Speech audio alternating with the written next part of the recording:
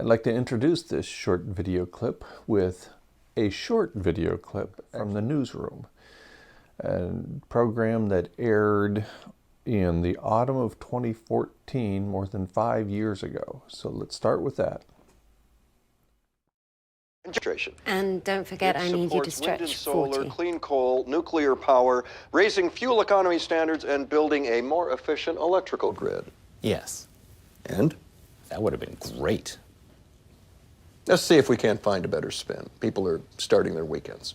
The report says we can release 565 more gigatons of CO2 without the effects being It calamitous. says we can only release 565 gigatons. So what if we only release 564? Well, then we would have a reasonable shot at some form of dystopian post-apocalyptic life. But the carbon dioxide in the oil that we've already leased is 2,795 gigatons. So, What would all this look like? well, mass migrations, food and water shortages, spread of deadly disease, endless wildfires, way too many to keep under control, and storms that have the power to level cities, blacken out the sky, and create permanent darkness. Are you going to get in trouble for saying this publicly?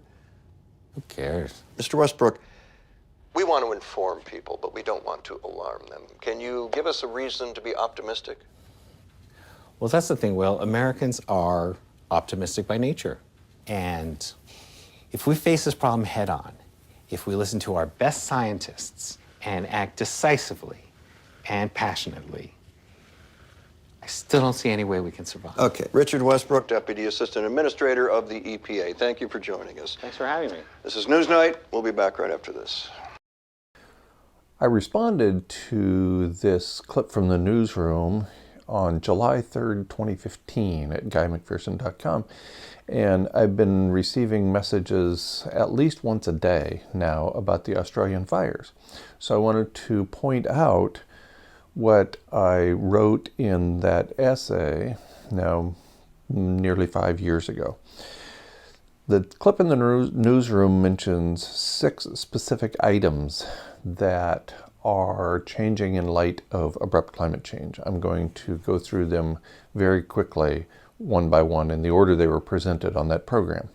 First, mass migrations are already underway, as they were about 5 years ago when I initially wrote about this. Now, of course, there are even more migrations along the way, and people are familiar with them, most notably because of the refugee crisis on the southern border of the United States. Item 2, food shortages are definitely underway.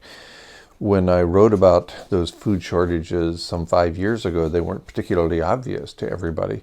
But I think anybody who's paying attention now will have a hard time denying that there are food shortages and that the cost of food is therefore rising.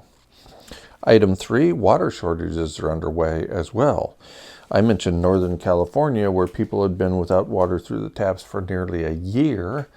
That was about 5 years ago, and now we can look all around the world and see water shortages. Just type in water shortages in the world at your favorite search box, and I'm sure you'll come up with at least a half a dozen places that are experiencing water shortages and where people are actually suffering right now, today, even in the so-called first world.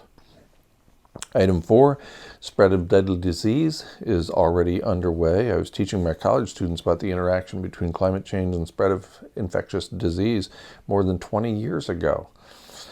And there are several well-known examples now, including Lyme disease, malaria, dengue, Ebola, and many others that have risen to the public attention within the last few years.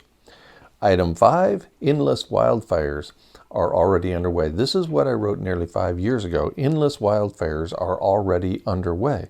Most people are aware of ongoing fires here and there, but now it's the Australian fires that have really captured the attention of people who are paying the slightest bit of attention to what's going on in the world.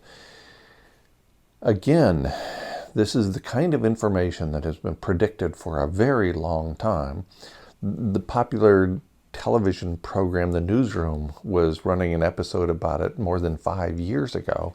But now, because it's happening in Australia, with which most people in the world are familiar, now we're starting to pay attention. It was too late 5 years ago to stop what's going on. It's too late now to stop what's going on. All we can do is serve as witness, act decently with respect to the people and the planet we occupy. Finally, item 6. Storms that have the power to level cities and cause darkness are already underway. You don't have to look too far. You can look right here in the United States. Puerto Rico, anybody? So, many cases have been going on for a long time, more than 5 years, as pointed out in the popular medium of television.